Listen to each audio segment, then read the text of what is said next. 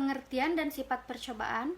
Pengertian atau definisi tentang percobaan tindak pidana tidak diatur dalam KUHP, tetapi dalam KUHP hanya ada batasan yang menentukan kapan ada percobaan dan menentukan syarat-syaratnya saja, yaitu seperti diatur dalam pasal 53 dan 54 KUHP.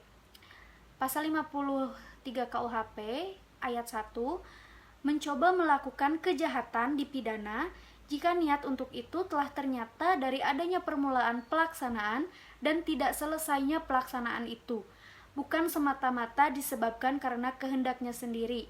Yang ayat 2, maksimum pidana pokok terhadap kejahatan dalam hal percobaan dapat dikurangi sepertiga.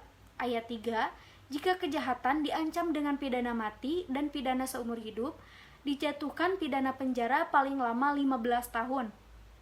Ayat 4, pidana tambahan bagi percobaan adalah sama dengan kejahatan selesai. Pasal 54 KUHP mencoba melakukan pelanggaran tidak dipidana.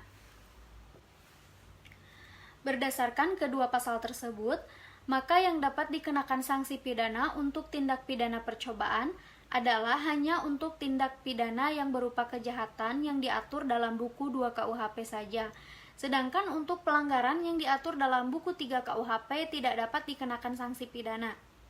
Selain itu, berdasarkan kedua pasal tersebut, maka yang dimaksud dengan percobaan adalah suatu perbuatan yang dilakukan seseorang dengan niat yang jahat dan niat itu sudah mulai dilaksanakan, tetapi perbuatannya belum selesai.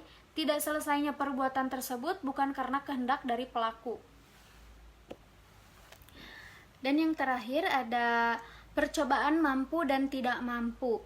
Percobaan tidak mampu muncul apabila perbuatan pelaksanaan telah dilakukan, tetapi delik yang dituju tidak selesai atau akibat yang terlarang menurut undang-undang tidak timbul. Tidak timbulnya akibat yang dilarang dapat disebabkan tidak mampunya objek. Nah, perbedaan percobaan mampu dan tidak mampu hanya ada pada percobaan objektif, yaitu menitik beratkan pada sifat berbahayanya perbuatan. Sedangkan penganut teori subjektif tidak mengenal perbuatan tersebut, melainkan menitik beratkan pada sifat berbahayanya sikap batin, watak pelaku tindak pidana tersebut. Jadi menurut MVT, tidak mungkin ada percobaan pada objeknya yang tidak mampu. Yang ada adalah hanya percobaan yang tidak mampu pada alatnya. MVT membedakan antara percobaan yang